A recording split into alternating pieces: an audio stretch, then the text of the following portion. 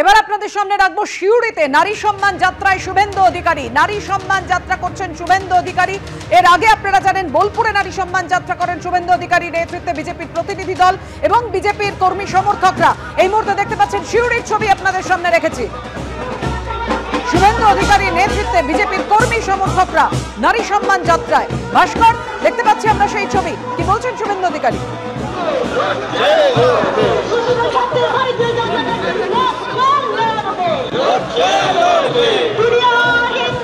দেখো, একটা জিনিস, শুভেন্দু অধিকারী আজকে তার নারী সম্মান যাত্রা শুরু করেছেন বোলপুরের পরে সিউড়িতে সেই নারী সম্মান যাত্রা শুরু হয়েছে এবং সিউড়ি বেনিমাধব স্কুল মাঠ থেকে এই নারী সম্মান যাত্রা শুরু করেছেন এবং সেটা যাবে সিউড়ি বাস স্ট্যান্ড পর্যন্ত এবং বাস স্ট্যান্ডে গিয়ে কর্মীদের তিনি বক্তব্য রাখবেন।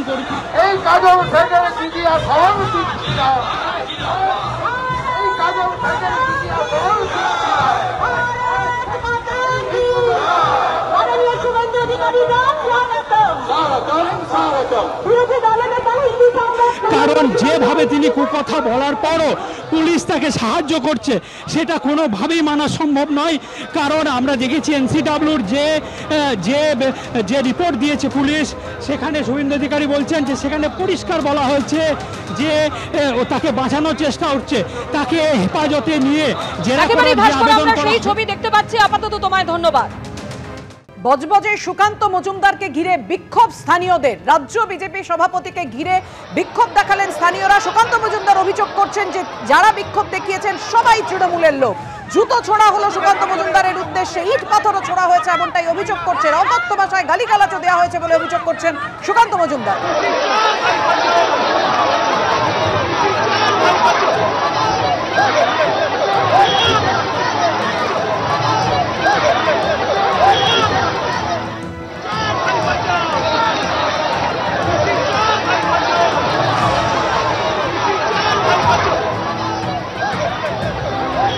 বজবজে সুকান্ত মজুমদারকে ঘিরে বিক্ষোভ। বিজেপির রাজ্য সভাপতিকে জুতো ছুঁড়ে মারা হয় এবং তার উদ্দেশ্যে চোর চোর স্লোগান দেওয়া হয়।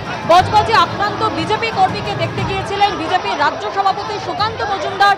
সেই সময় তাকে স্থানীয়রা ঘিরে বিক্ষোভ দেখান। 100 দিনের কাজের টাকা তাদের দেওয়া হয়নি, এই অভিযোগেই সুকান্ত মজুমদারকে ঘিরে বিক্ষোভ দেখান তারা। সুকান্ত মজুমদারের উদ্দেশ্যে জুতো ছুঁড়ে মারা হয়, তার উদ্দেশ্যে চোর চোর স্লোগানও দেওয়া হয়।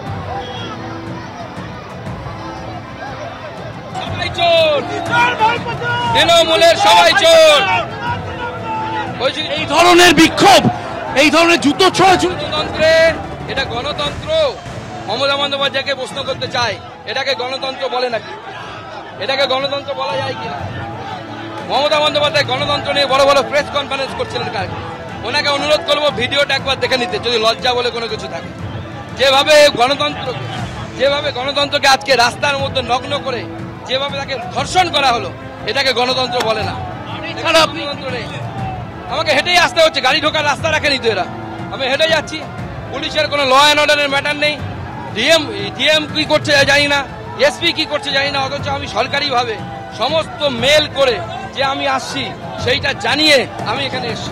তো ছোড়া হচ্ছে একের পর এক আমরা দেখছি।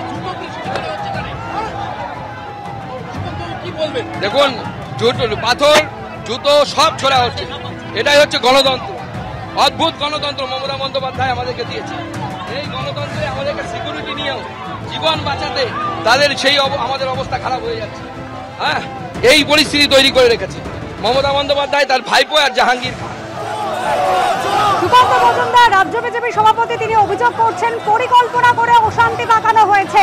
তিনি যখন এসেছেন পুলিশের ভূমিকা নিয়েও প্রশ্ন তুলেছেন সুকান্ত মজুমদার। 100 দিনের কাজের টাকার দাবিতে এভাবেই বিক্ষোভ দেখাতে শুরু করেন স্থানীয় বাসিন্দারা। সুকান্ত মজুমদারের গাড়ি যখন আসছিল সেই সময় ঘিরে ধরে বিক্ষোভ দেখাতে শুরু করেন বিক্ষোভকারীরা। বিজেপির রাজ্য সভাপতিকে উদ্দেশ্য করে চোর চোর স্লোগানও দেওয়া হয়।